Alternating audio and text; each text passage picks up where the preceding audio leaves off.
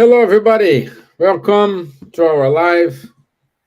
As we have scheduled every month, Roberto Watanabe from FESP is here with us, and this year we are studying the Spirit's book, and the topic this week, this month, is the moral laws.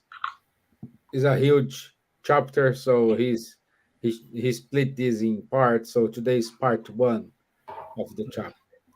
So welcome, Roberto. Thank you for being here with us. Thank you, Esteban, to be here once again with you all. Glad to be here. Great, great. Can see a lot of people are joining us. Already we have a message from Clarice Marx, from Marcos Bezerra. Mm. Good to have you all here. Thank you for joining us today. Um, Allow me to do the initial prayer. So meanwhile, people finish to join and we can start on time. Okay. So let's raise up our thoughts towards our mentors of Irish Spiritist Federation, mentors of São Paulo State Spiritist Federation. Ask them to enlighten ourselves, enlighten our speaker today. Allow this message to reach out to those brothers and sisters who are in need of any help, any assistance. May this message reach out to their hearts, their mind. Also, not forgetting about our brothers and sisters who are in the hospitals, who are living on the streets without any shelter, dying from starvation. So be it. Amen. Okay, so first things first, and uh, let me share this screen here, Roberto. So, Okay. can you see it? Yes. Okay. So it's your show, my friends. Thank you. We have Okay. a good quorum. So thank you all. Break the leg. Okay. Thank you, Esteban. So let's continue with the study of the Spiritus book. And today we are starting the third book of the book. There are four books, right? Four parts. And then today we are going to start the third part, which is about the moral laws. And but these moral laws is part of the divine laws or natural laws. So let's start by seeing what is the divine or natural law, which is the law of God, of course, right? So the natural law or divine law is the law of God. It is as eternal and immutable as God is, the Spiritists say to Kardec. And the natural law show us what we should or should not do in order to be happy. Okay, if we do what the natural law says us to do, and if we does not do not do what the natural law say us not to do, then we would be happy according to the spirits. And such a law can be divided in two parts.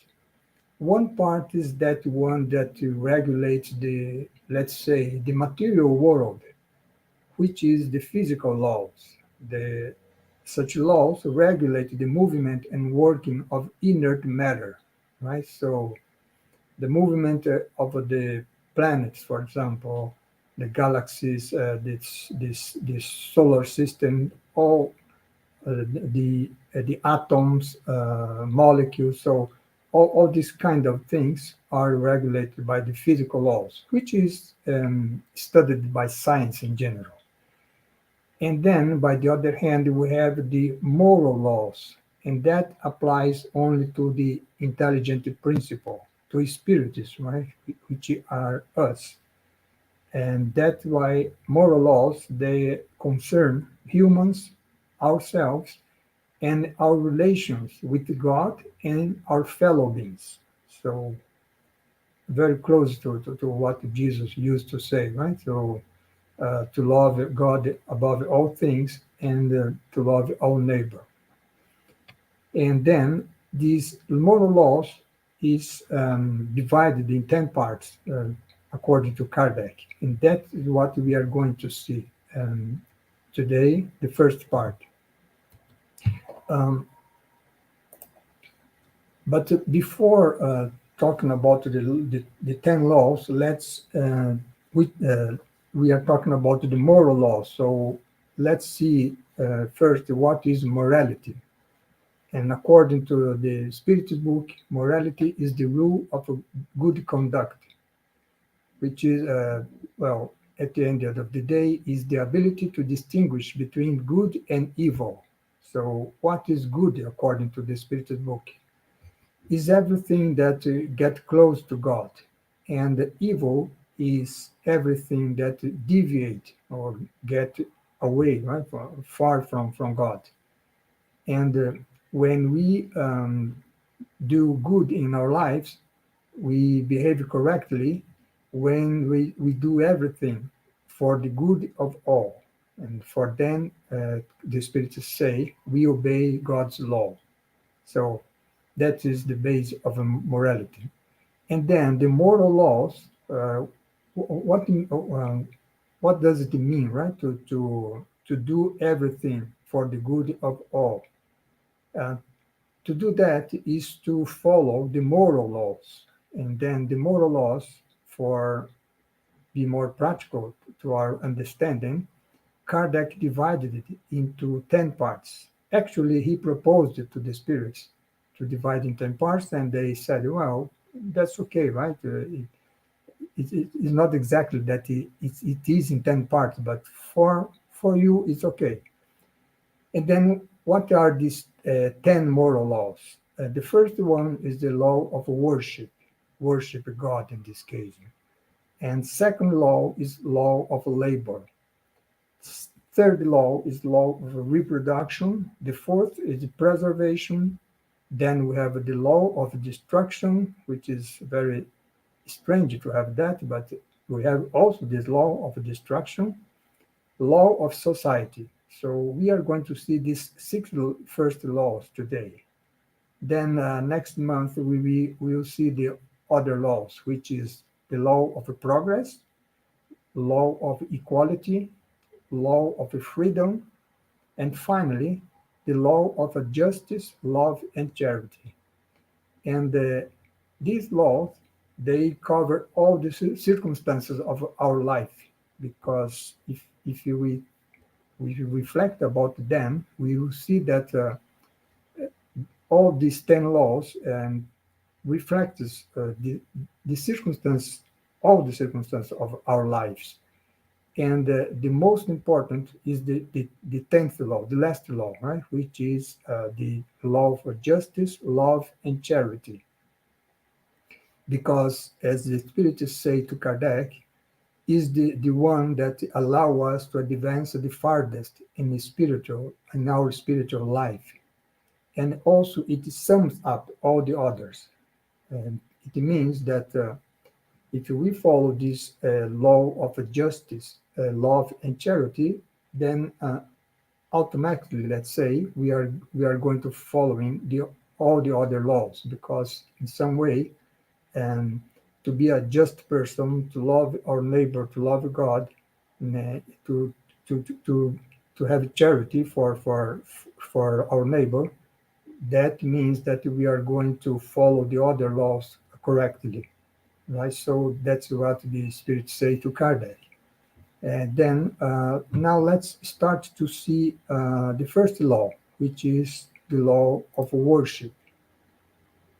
The law of worship according to the Spiritist book, is the lifting of our thought toward God. Right? So is the relationship between among ourselves and God.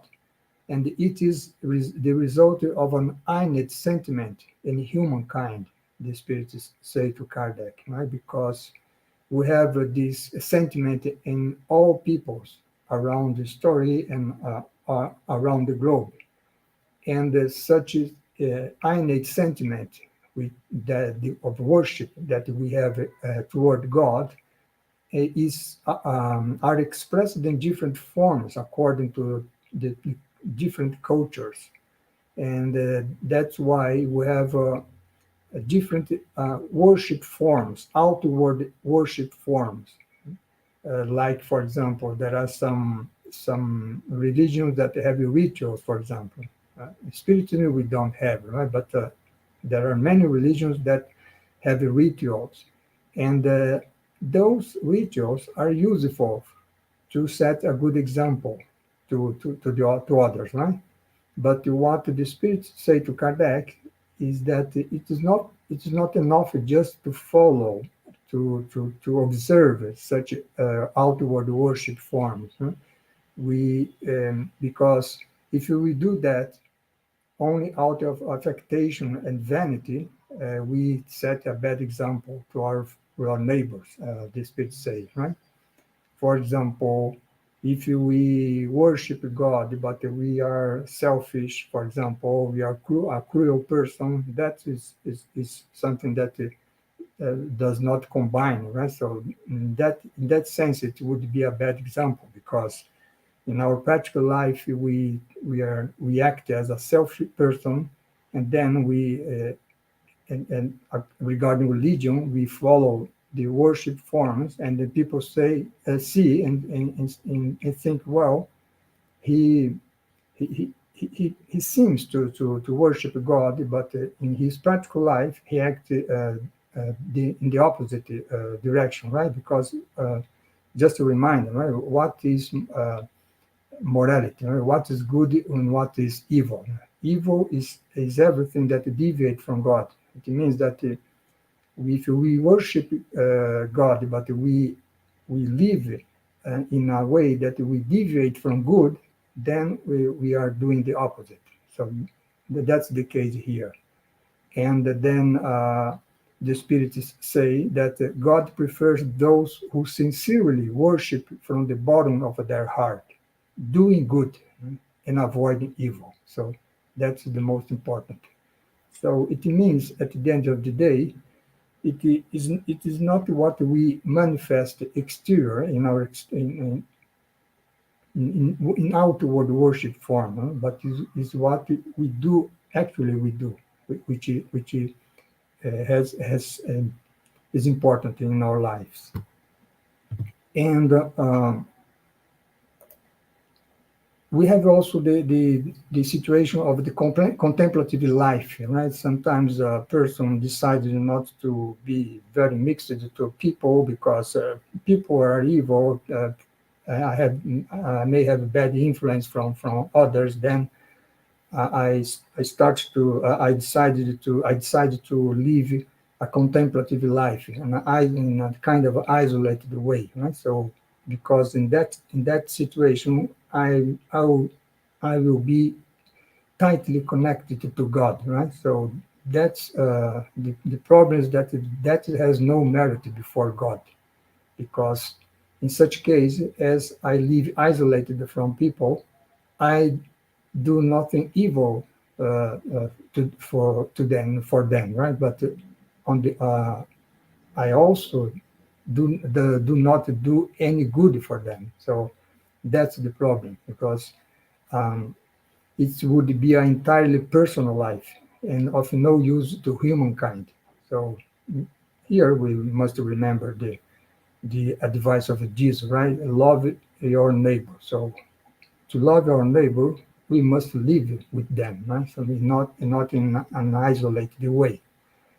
And another way of worship God, of course, is prayer. And but prayer, Spirit says to God, is pleasing to God only when it is offered with faith, fervor, and sincerity. Because if we do not do in this way, then it would be would not be pleasing to God, right? So, and what we do through prayer, we may do three things. We may praise God, right? So, which is worship God, but we also, through prayer, we may ask for help, from God. Asking help from God to, for example, to resolve a problem that we are facing, right? So that would be something that would be correct to do, because in that case, it's not that God would solve our problem, but but it means that God would give us strength, right, to overcome that difficulty in our life. And then we can also thank God, right, for everything that God gives us, like our life, the opportunity of being here, incarnate, and evolve, having the opportunity to evolve intellectually, morally, and so on and so forth. And prayer, which is directly related here with the second thing, to ask you help from God. Prayer provides us strength to face our life challenges. And we can also do a prayer for others, right? For example, for a people who is, for a friend, for example, who is sick, for example, we can pray for him, right? In that case, our prayer would call good spirits to help our friend in this case. And but most important than that, the prayer, just saying words, most important than that are our deeds, right? So that's this what the spirits say to Kardec. So they say that good deeds are the best prayers, because deeds worth much more than words.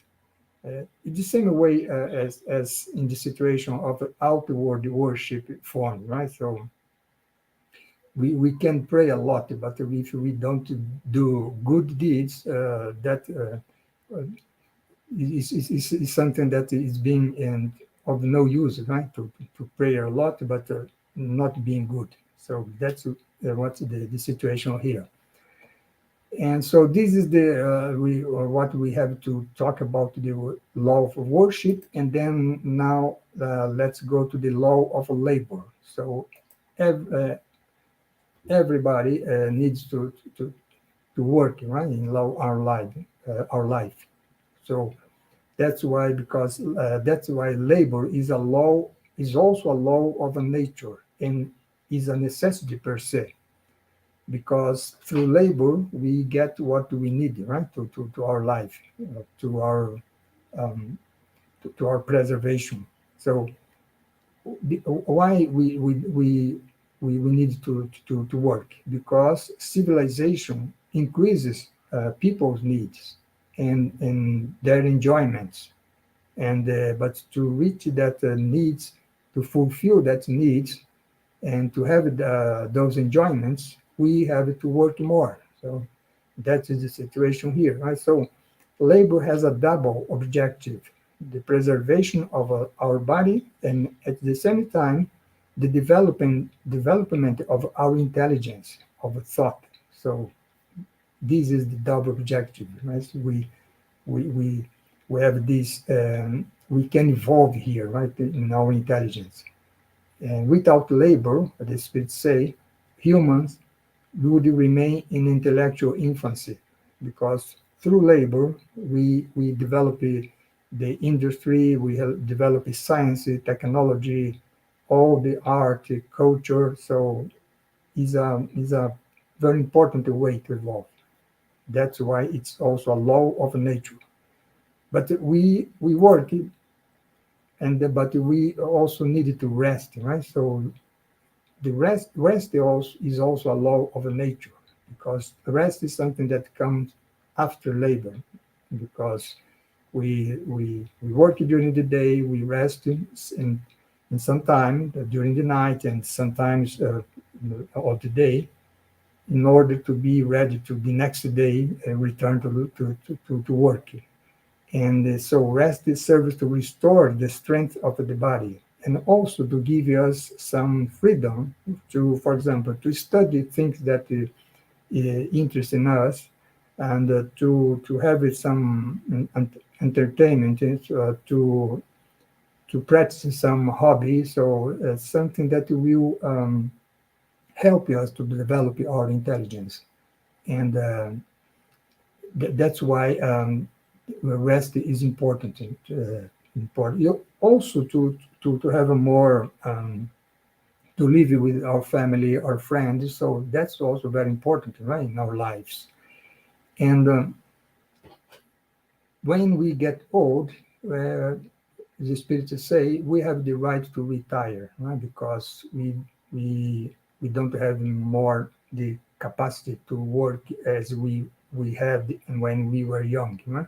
So in this case, the aging people, according to the spirits, would must be supported by their family, and by the children, right? But children have the obligation to work for their parents, just as parents had worked for them, for their children, when they were in their infancy, right? So, and in the absence of a family, then society should replace the family, right? So that's why we have a situation, for example, of the social security system, or even we, when we are still working, we can, for example, prepare for our retirement by investing in a private pension fund, for example.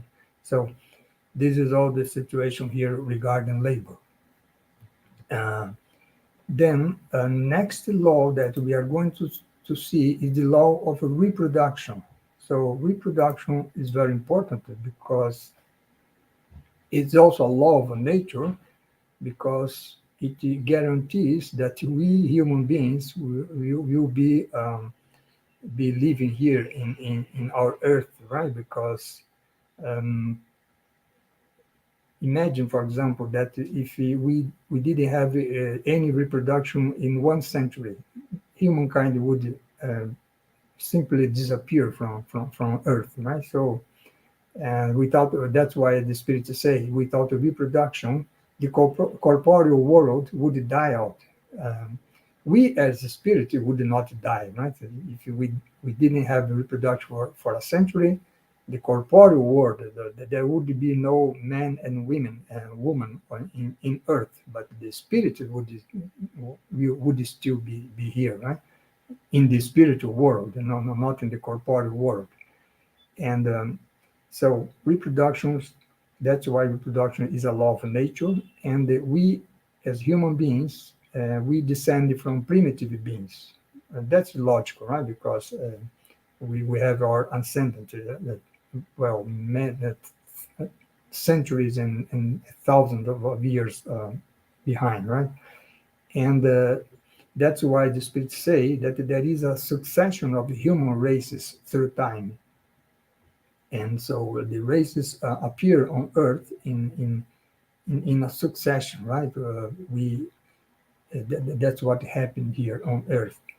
And but although we have different bodies, for example, we could say today we have people from Africa, people from Asia, and people from Europe, for example, right? They're composed different races, which were appearing through time. But the spirits that incarnate in such races are the same, right? Because they we are incarnating. Well, we are incarnating life after life in order to perfect ourselves in new bodies, and that means that we as spirits, we can, for example, today we can be incarnate in a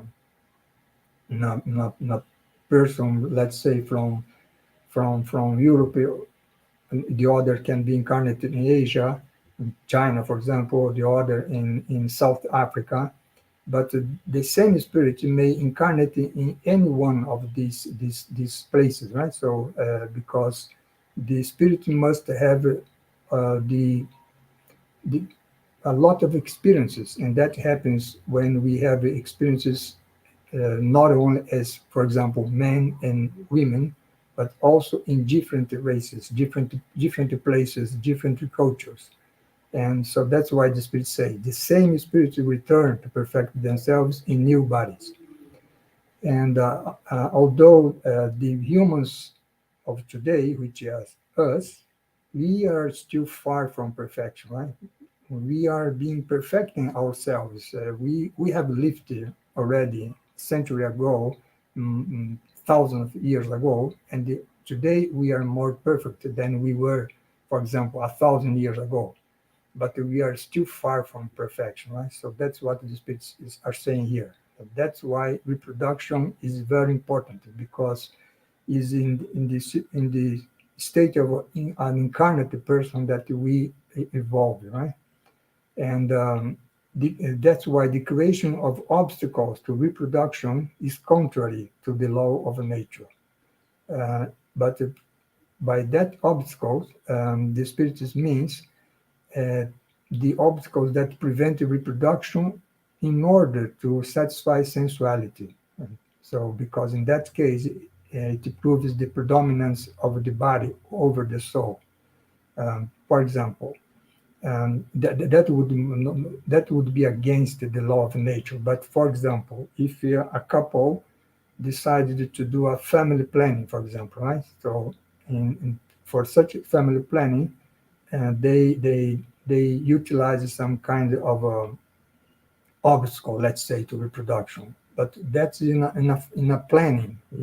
That would be okay, right? So the problem here is when we prevent reproduction just to satisfy sensuality. That is the main thing here. So the important is our intention, right? It's not is exactly what we do, but what is our intention.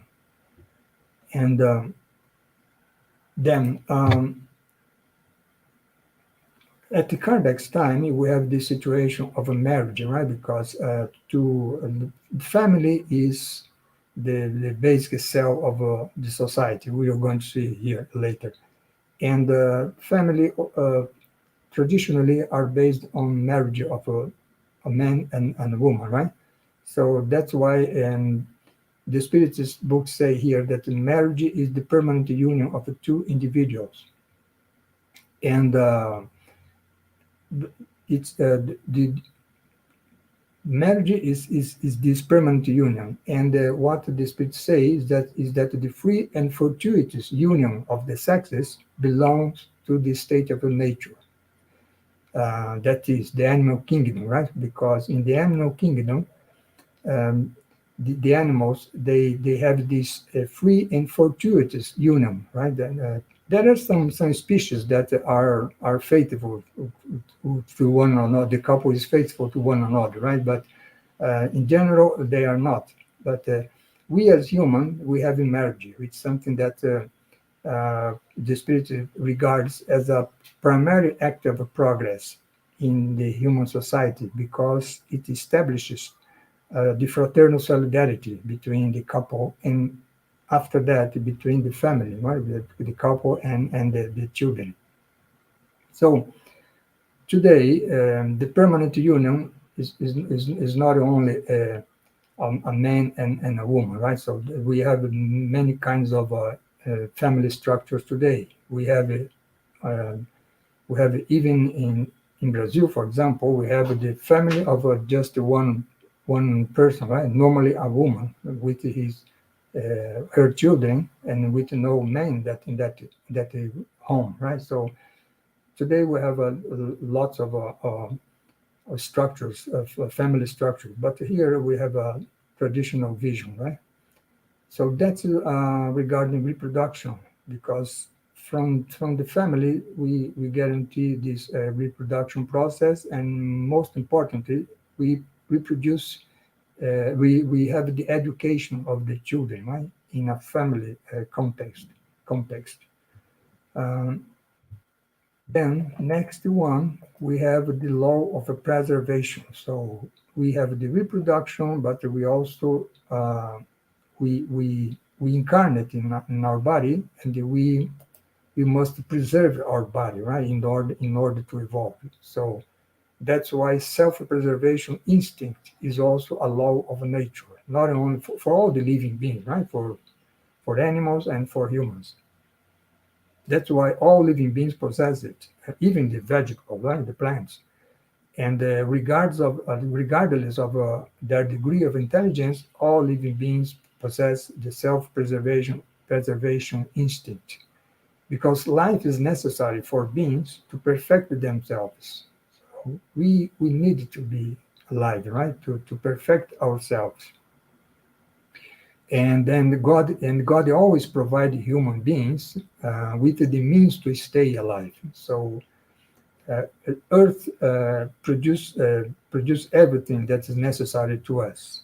Mm, So that's why they say the Earth would always produce what is needed if humans knew how to be content. And why today we have some that have much to consume, and others that may be dying of hunger, right? Because the spirits say, because we, um, we we we we we produce much of we produce most of many things that we produce are not necessary, are superfluous, they say, right? So and that's why superfluous is something that only the let's say the person who has possessions can consume, right? And the others cannot. And if we direct our industry to the production of superfluids, then we don't have the necessary to everybody. So that's what this is what the spirits are saying here. And then we have the question, right? Why are the means of subsistence frequently lacking for certain individuals? Which is something related to what we just said, right? Not only we have the situation that we direct our industry to produce something that is not really needed to us, but also we have the problem of the selfishness, right, of humans. So some have lots of to consume, and in excess, and others have less because of this imbalance, right, of the distribution of what is produced. And that's why most often the spirits say we have this lacking of what is needed to certain individuals because of ourselves, because our selfishness, right? So because uh, also there is a third factor here, which is what the spirits say, that to find what we desire, we must seek it with ardor and perseverance.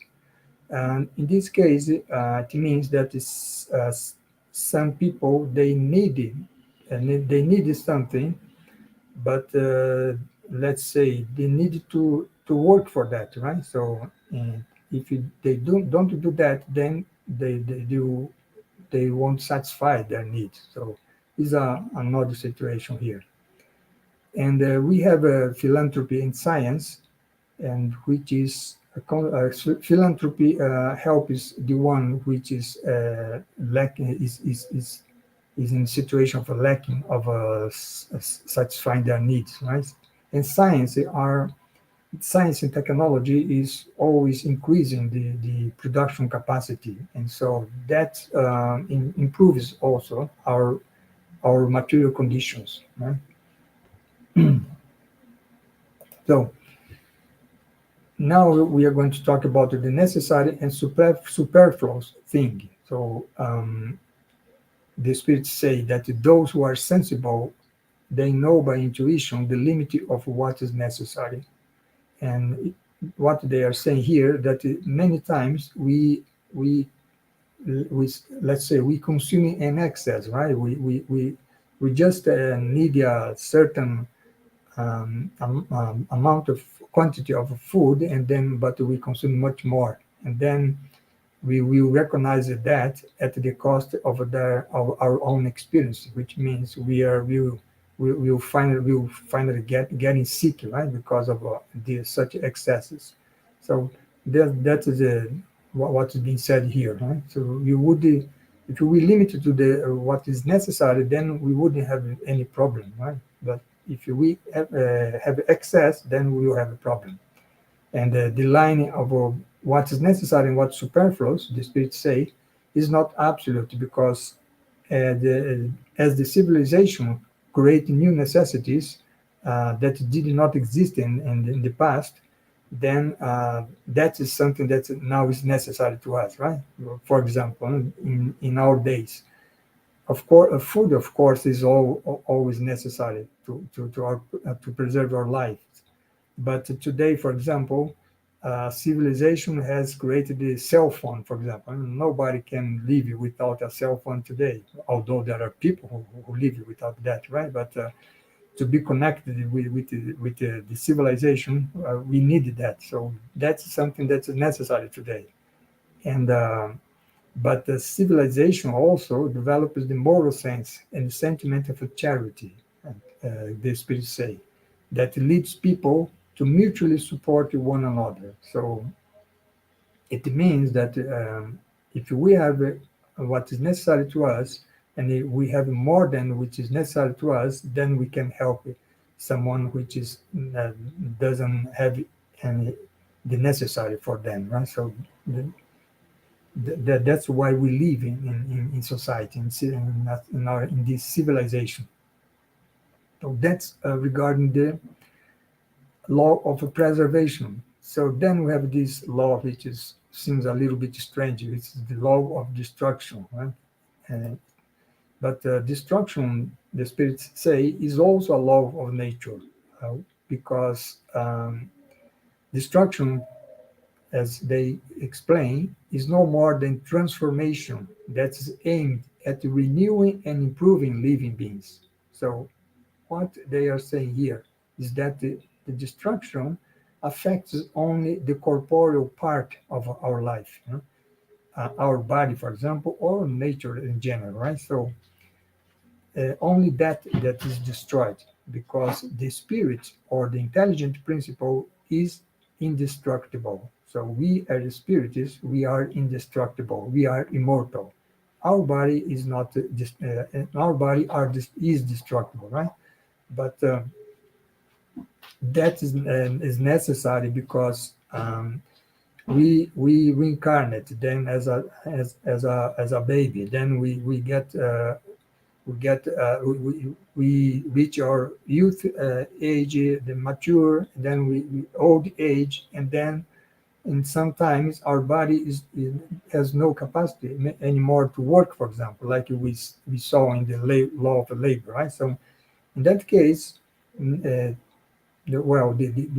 nature means that at sometimes we will have to discard, we have to die, right? So we have to leave this body, which is of no or no more use to us, and then after sometimes in the spiritual world, then we will incarnate again in a new body. So that is what the spirit means by transformation that is aimed at renewing and improving living beings, right? We are always occupying new bodies, uh, which is more useful to us, right, to our development. And despite the necessity of such destruction, nature surrounds living beings with the means of self-preservation. So the divine providence is always looking for everything, right?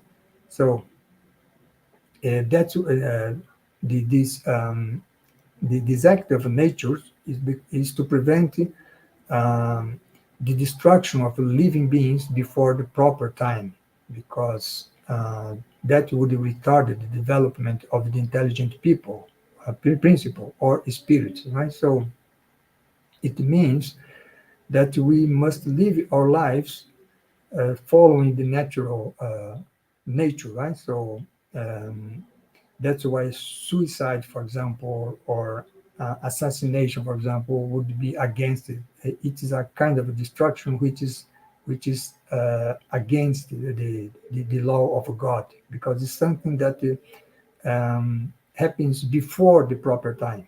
You know? We must wait for the proper time, and that and these means of self-preservation also explains the horror, the instinctive horror that we all have of death, right? This is very useful to us, um, to preserve our lives, and waiting for the destruction of our body help to happen naturally, right? So then that's what is being said here about regarding destruction.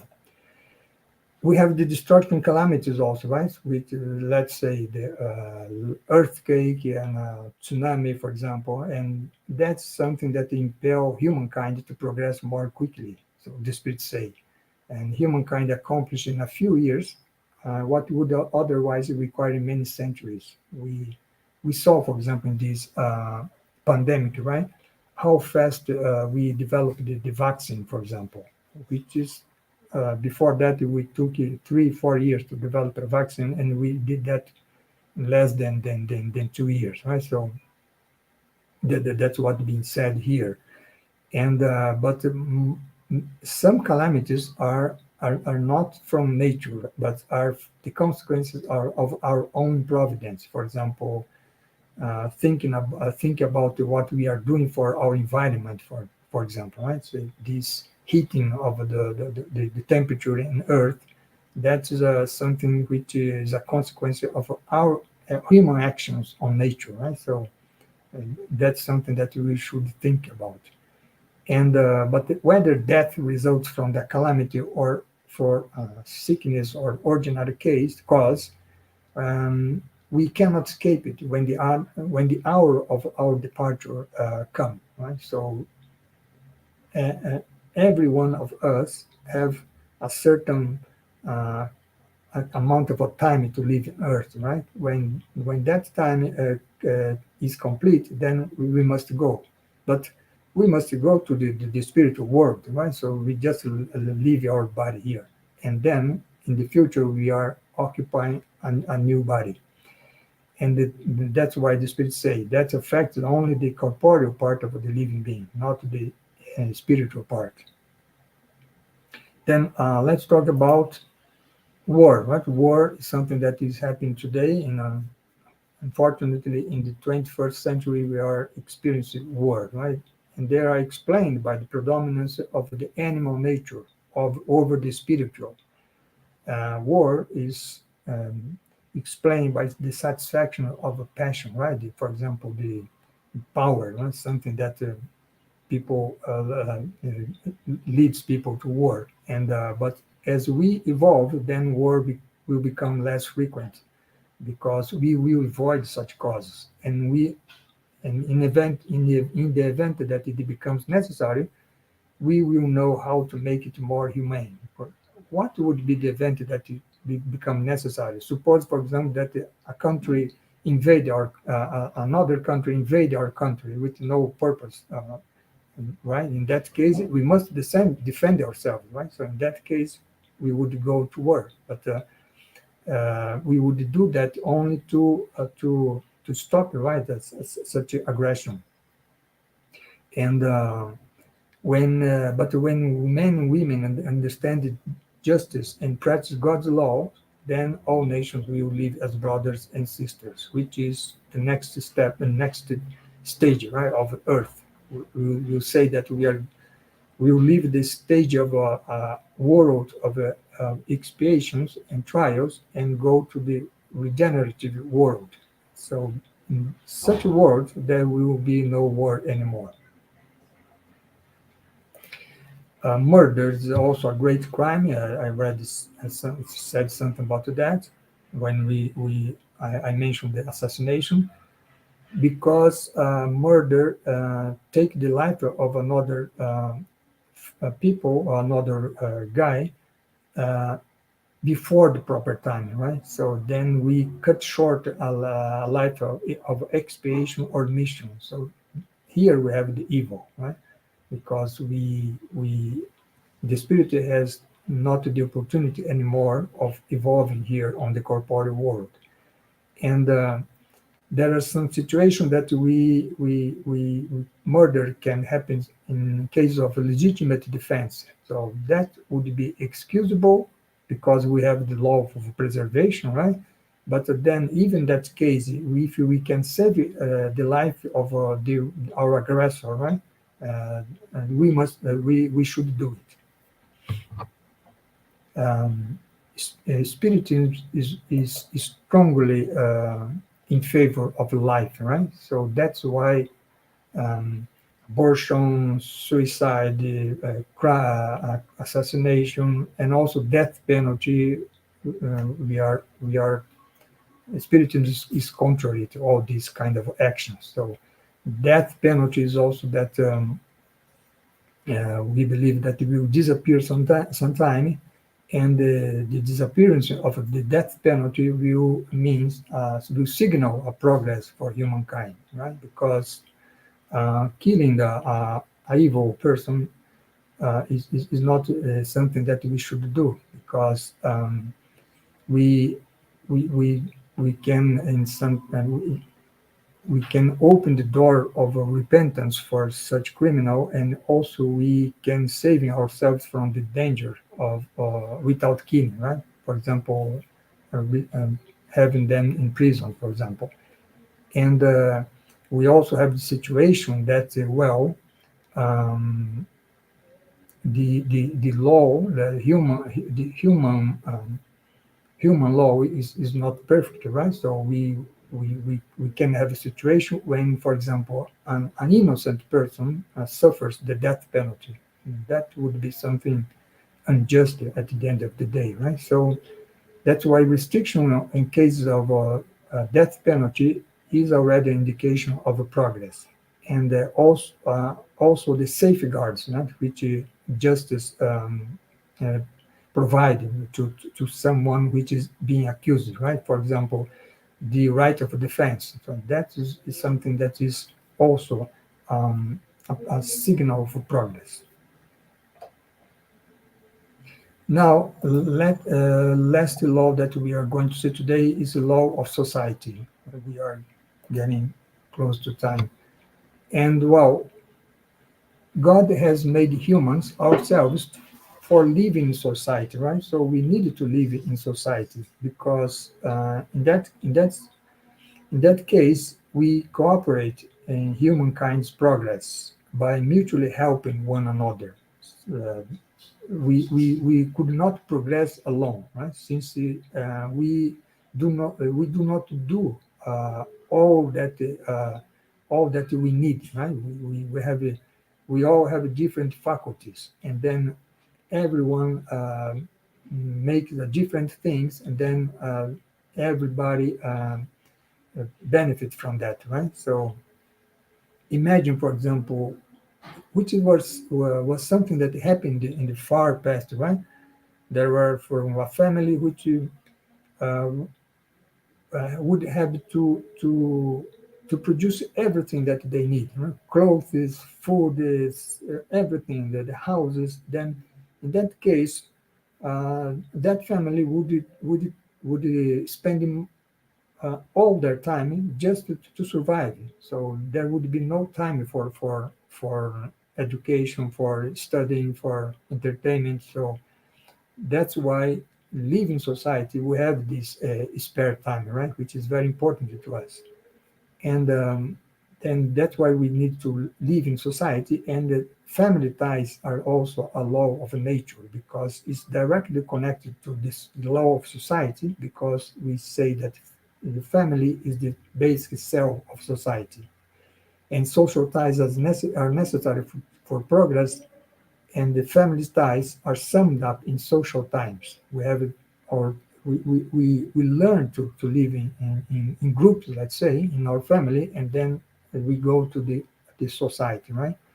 And to have these social ties. And God has willed us to love one another as brothers and sisters. And for that purpose, we learn that in our family, and then we learn that living in society. So that is and that's why mm, society is also a law of nature. So that's what is what we have to see today. We saw today, so the moral laws, the divine of law, natural law, the six first laws: worship, labor, reproduction, conservation, destruction, and society. Next month we will see the moral laws part two, and then we will see the law of progress, equality, freedom, and the last one, which is justice, love, and charity. So thank you to, to be with me today. And now I'm open to any question or observation you may have. Stephen? Thank you, my friend. Very nice summary. Summary, yeah. Yeah. Let me very good summary. Let me see if just some comments here Mm, from Lúcia Ergueta, Beth Mello, Letícia Cunha, Tatiana Conte, Marcos Bezerra. So they're saying congratulating, saying Tatiana said we need to live in society. We need each other. yeah, for sure. Yes, my dear. Yeah. We need to live in a society and need to respect everyone borders. Yeah, That's the problem. yeah. Yeah. The world of regeneration, the base is fraternity. It's something that Kardec say in the last chapter of the book of the Yeah. Genesis. Yeah. My obligations start when someone else obligation finish. I don't Yeah, need yeah, to overpass that. yeah, exactly. Yeah. Wow. Good. Well, Let me see. No questions. Looks like no questions was clear. So I want you to say thank you, Roberto, for one more brilliant message. And which day we can expect you next month? yeah. Next month, yeah, I'm looking here is the 12th of September. 12. Okay. 12, yeah. Then we are going to see the second part of the moral law.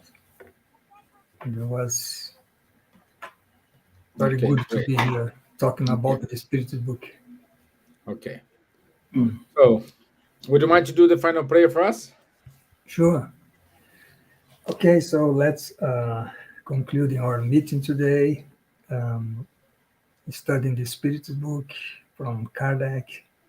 Then we thank for him, Kardec, by uh, well having all these books, the Spiritist doctrine, which allow us to understand it more deeply what are the meaning of our lives. So let's thank also the spiritual benefactors, which is also always supporting us in our on working in the spiritism.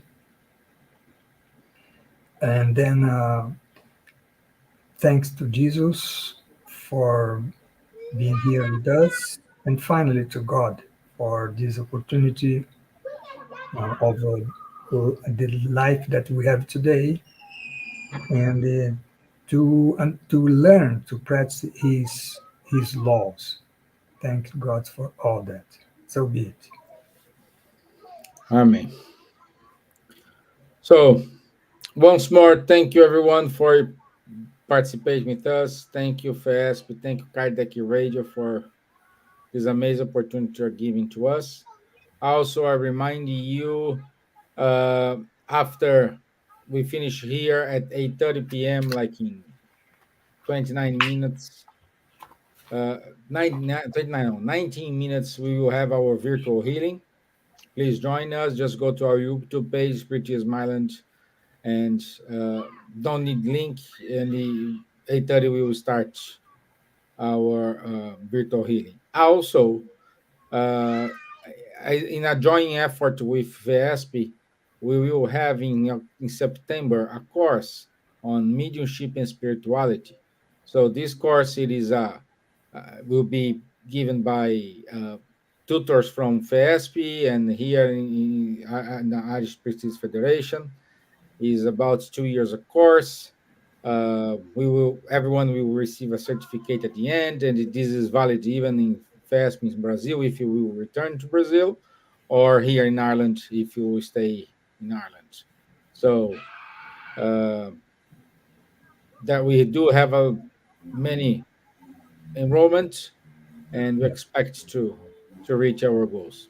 So once more, thank you to all directorship from FASP for open up these boundaries for Yeah. ourselves. Thank you.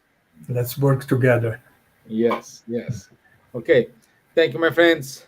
I'll see you on Thursday and enjoy the rest of your day. Thank you, Roberto. Thank you. Bye bye. Thank you. Bye bye.